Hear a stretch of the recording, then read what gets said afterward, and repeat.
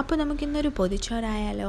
വാട്ടിയ വാഴയിലയിലേക്ക് നല്ല ചൂട് ചോറും അതിലേക്ക് വീട്ടിൽ തന്നെ ഉണ്ടായ കോവക്കയുടെ ഉപ്പേരിയും അമ്മിയിലരച്ച തേങ്ങയും ഉണക്കമുളകിൻ്റെ ചമ്മന്തിയും സോയാബീൻ പൊരിച്ചതും മാങ്ങ ഉപ്പിലിട്ടതും കാന്താരി ഉപ്പിലിട്ടതും കൂടെ നല്ലൊരു മുട്ട ഓംലെറ്റും കൂടി ആക്കിയിട്ട് ഈ പൊതി മടക്കി വെച്ച് കഴിഞ്ഞ് ഒരു 1-2 മണിക്കൂർ കഴിഞ്ഞ് തുറക്കുമ്പോൾ കിട്ടുന്ന ഒരു മണം ഉണ്ടല്ലോ, എൻ്റെ അമ്മ ഒരു രക്ഷയില്ലാത്ത മണമാണ്.